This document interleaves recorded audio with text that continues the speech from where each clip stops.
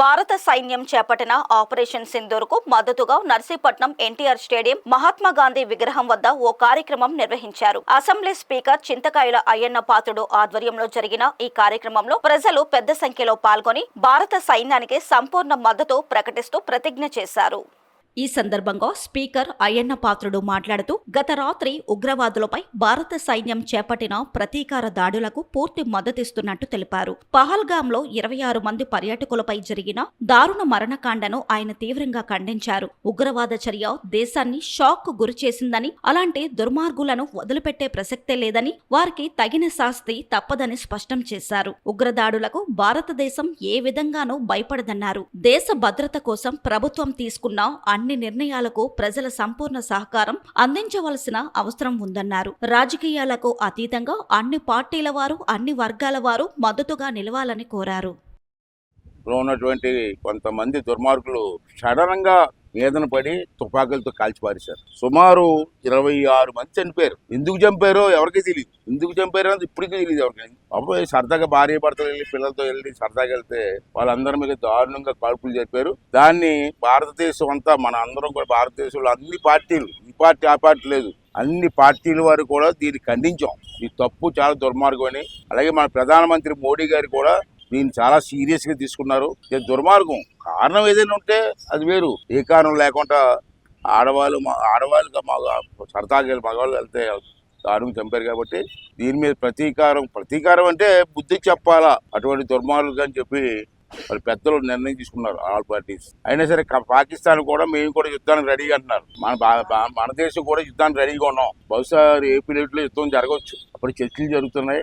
ఆ యుద్ధానికి ఒకసారి అటువంటి దుర్మార్గులకి నా సొంత అభిప్రాయం ఏంటంటే, నేను మొన్న చెప్పాను, నన్ను అడిగారు మీ అభిప్రాయం ఏంటని. అటువంటి దుర్మార్గులు వదలకూడదు, ప్రతీకారం తీసుకోవాల్సిందే.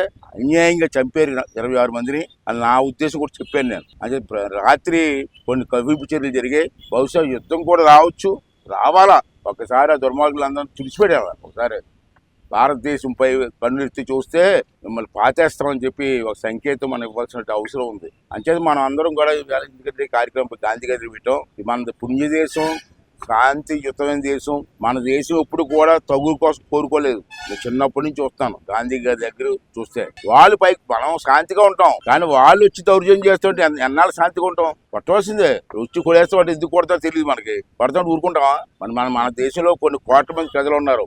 వాళ్ళకి కూడా రక్షణ కల్పించాలి కదా. అంచేత బహుశా రేపు కానీ ఇవాళ కానీ యుద్ధం స్టార్ట్ అవ్వచ్చు నా అంచనా ప్రకారంగా. అంచేత భారతదేశం మన సైనికులకి, చాలా మంది సైనికులు యుద్ధానికి వెళ్తున్నారు, అప్పుడు వెళ్ళిపోయారు, బార్డర్ లో ఉన్నారు.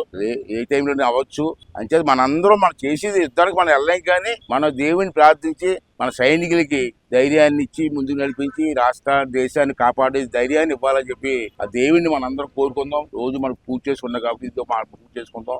మనందరం కూడా ఒక సంకేతం. నర్సీపట్నం గాంధీ గారి విగ్రహం ధరించి ప్రధానమంత్రి మోడీ గారు, భారత ప్రభుత్వం మీరు భయపడవలసిన అవసరం లేదు, భారతదేశంలో ఉన్న ప్రతి ఒక్కరు ఆడ మగ పిల్ల అందరం కూడా మీకు అండగా ఉంటాం అని చెప్పడం కోసమే ఈ కార్యక్రమం పెట్టడం జరిగిందని చెప్పి సందర్భం చేస్తూ, అలాగే భారతదేశంలో ఉన్న అన్ని పార్టీలు రాజకీయాలు ఎందుకంటే మన దేశం అందరూ కూడా అన్ని పార్టీల వారు కూడా సంఘీభావం చెప్పి మన సైనికులకి అండగా ఉండి మన సైనికులకి ధైర్యాన్ని ఇచ్చి ఆ పాకిస్తాన్ దేశం దుర్మార్గులకి బుద్ధి చెప్పి కార్యక్రమానికి విజయవంతం జరగాలని చెప్పి భగవంతుని కోరుకుంటే ఈ యుద్ధానికి మీ అందరం కూడా సంపూర్ణ సహకారం అందిస్తామని చెప్పి కూడా మనం ఈ సందర్భంగా మనం ప్రమాణం చేయవలసినటువంటి అవసరం కూడా ఉందని చెప్పి ఈ సందర్భంగా మనం ప్రమాణం చేస్తూ మరి మంచి కార్యక్రమాలు పాల్గొనడం మీ అందరికీ, ఆడవాళ్ళకి మగవాళ్ళకి అందరికీ పేరు నా ధన్యవాదాలు తెలుపుకుంటూ, భారతదేశం గెలవాలి, న్యాయం గెలవాలి, ఆ దేవుడు మనందరి మీద ఆశీర్వాదం ఉండాలని చెప్పి కోరుకుంటూ సెలవు తీసుకున్నాను. థ్యాంక్ యూ అండి.